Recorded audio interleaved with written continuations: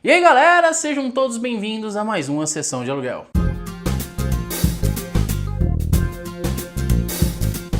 Em 2016 não foi um grande ano para os blockbusters. Muitos dos filmes que muita gente estava esperando acabaram decepcionando, nem que seja um pouquinho assim. Mas o mesmo a gente não pode dizer dos filmes independentes, aqueles que acabam passando um pouco mais abaixo do radar do grande público, porque esses filmes sim convenceram em 2016. E no vídeo de hoje eu trago uma lista com filmes que provavelmente pode ter passado despercebido por você em 2016.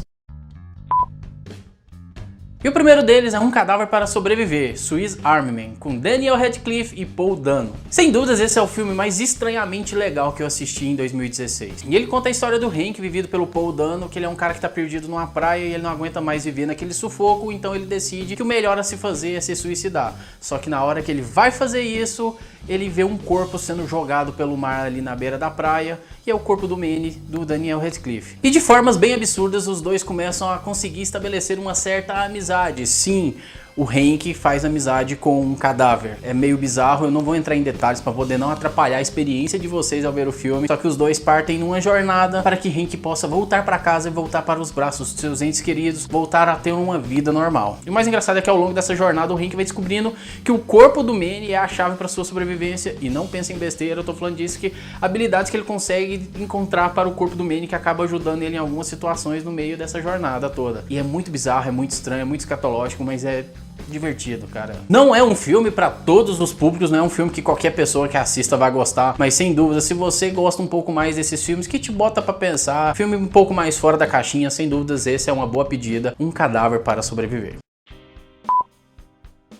E o segundo filme é um filme original da Netflix, Amizades Improváveis, protagonizado pelo Paul Rudd. Inclusive eu já fiz um vídeo aqui no canal dando 6 motivos para que você assista ele. Você pode clicar no iCard, não sei que lado que vai estar aparecendo, para você ser redirecionado a esse vídeo e que lá eu explano um pouco mais sobre ele, mas aqui eu vou dar uma breve sinopse. E o Paul Rudd nesse filme, ele interpreta o Ben, que é um escritor que depois de passar de uma tragédia pessoal, ele resolve fazer um curso para poder trabalhar como cuidador de pessoas com necessidades especiais e um pouco em busca do seu autoconhecimento, que ele não consegue mais produzir, ele não consegue levar uma vida normal depois de tal tragédia, que eu não vou, claro, entrar aqui em detalhes de qual seja, mas então ele decide ajudar ao próximo como maneira de se autoconhecer, de se autoafirmar e de conseguir reestabelecer o seu amor próprio. E o seu primeiro cliente é o jovem Trevor, que tem um tipo de distrofia muscular que acaba fazendo com que ele seja dependente de outra pessoa para poder fazer tudo, inclusive ir ao banheiro, que é até uma piada recorrente no filme. Por causa de todas essas limitações, um dos passatempos que o Trevor mais exerce é o de assistir TV, ele assiste de tudo, todo tipo de programa, principalmente aqueles programas de curiosidades,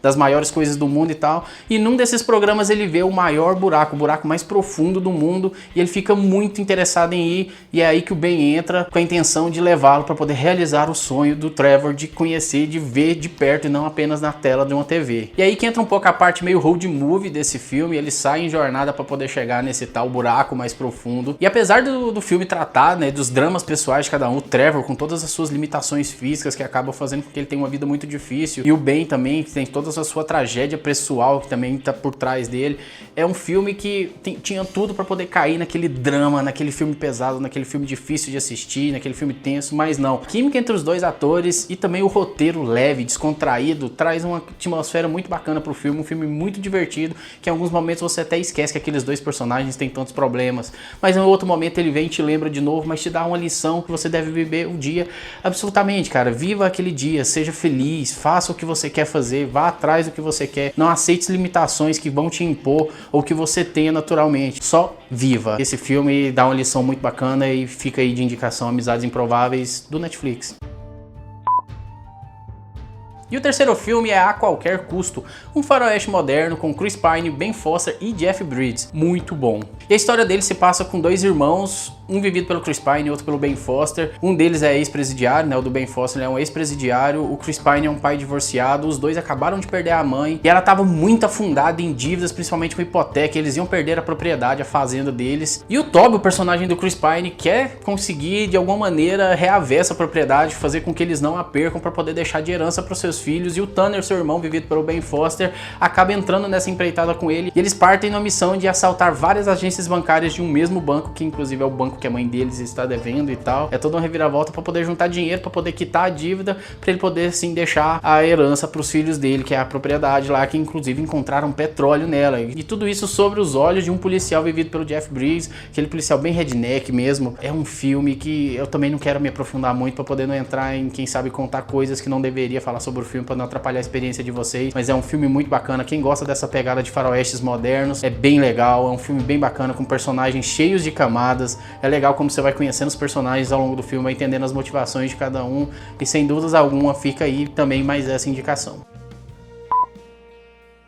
E o próximo filme é o Cardboard Boxer, um filme com Thomas Hayden Church, o cara que fez o Homem de Areia lá no Homem-Aranha 3, aquele Homem-Aranha 3 que ninguém gosta. Acho que de todos aqui, dificilmente você verá esse sendo falado em algum lugar, que ele é daquele tipo de filme que passa bem abaixo do radar de qualquer um mesmo. Muito difícil. Eu achei esse filme muito por acaso na internet pra poder assistir e gostei bastante. Foi um filme que mexeu comigo, é um filme que, se você tem uma certa sensibilidade ao assistir filmes, vai mexer com você, vai te botar pra pensar, vai te fazer repensar um pouco a sua vida. Ele conta a história do Willie, né, um cara sem teto que vai vivendo a batalha diária dia após dia para conseguir sobreviver nas ruas lá nos Estados Unidos. E o maior desejo dele é conseguir encontrar um amigo, conseguir encontrar alguém que ele possa se importar e que possa se importar com ele, que ele não quer morrer sozinho. Ele fala que para ele a coisa mais triste do mundo seria morrer sozinho, com a existência apagada e que ninguém lembrasse dele. E logo no início do filme ele encontra um diário jogado num lixão. Ler esse diário passa a ser uma atividade que faz com que ele se distraia das coisas do dia a dia. Só que as histórias contadas pela essa garotinha que escreveu esse diário são histórias muito tristes. Ela tinha uma vida muito sofrida,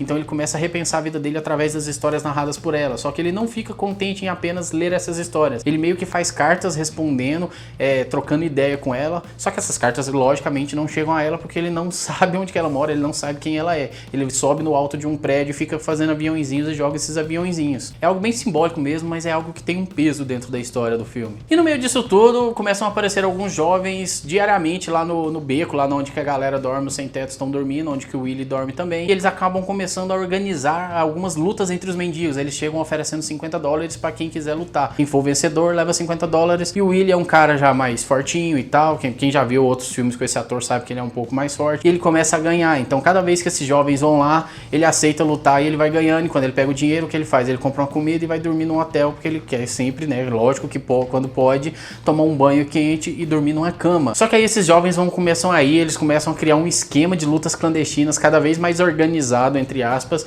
E isso acaba criando muitos problemas pro Willie. Eu vou parar de falar agora, mas tem todo o desenrolar, tudo vai se casando bem nesse filme. É um filme muito bacana, de autoconhecimento. Você vê uma pessoa na situação do Willie e tudo que ela quer, ao invés de ser bens materiais, ele quer um amigo. É um filme muito bonito, é um filme que vale muito a pena. E se você for do tipo que gosta desse estilo de filme, esses dramas pessoais, essas jornadas introspectivas, vale muito a pena você assistir o Cardboard Boxer.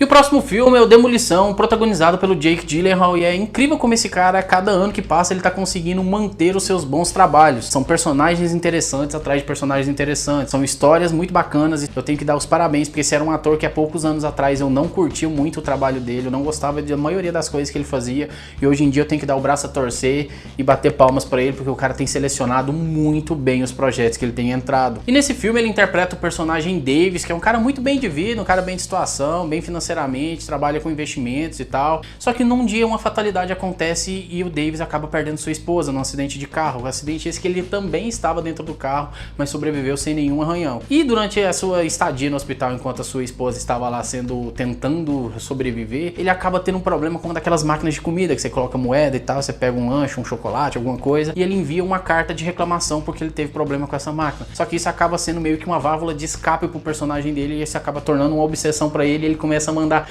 incontáveis cartas para essa empresa, até que chama a atenção de uma personagem que eu também não quero falar muito aqui, mas chama a atenção da personagem lá que recebe as cartas. Ela entra em contato com ele e os dois têm todo um desenrolar de história, mas fique calmo, não tem nada de história amorosa, não tem nada disso. É realmente uma história em que dois personagens que estão em momentos difíceis de sua vida e que um acaba passando a ajudar o outro. Resumidamente, o título do filme, Demolição, tem muito a ver com o que o personagem vai fazendo ao longo do filme. Ele vai se desconstruindo, apesar de que eles vão usando metáforas, o diretor usa várias metáforas no decorrer do filme também, que demonstram na prática essa desconstrução, essa demolição toda. Eu não vou nem entrar em detalhes também sobre isso, mas o personagem ele vai demolindo tudo aquilo que ele conhece como vida, todas as referências que ele tinha, tudo que ele tinha construído até então. Parece em alguns momentos que tudo que ele tinha era meio que uma casa de plástico, uma casinha de boneca, tudo era muito artificial. E é isso que ele vai perdendo ao longo do filme, e à medida que ele vai desconstruindo essa vida que ele tinha, ele passa a construir um novo mundo, um novo Davis, um novo lugar, com novas ambições, com novos horizontes. E é realmente um filme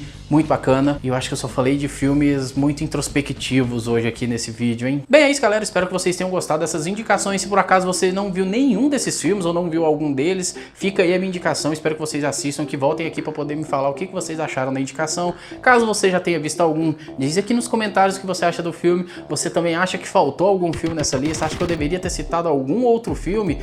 Também manda aqui embaixo, quem sabe rola uma parte 2, olha só, pode ser, se vocês pedirem vários filmes, pode ser que role uma parte 2.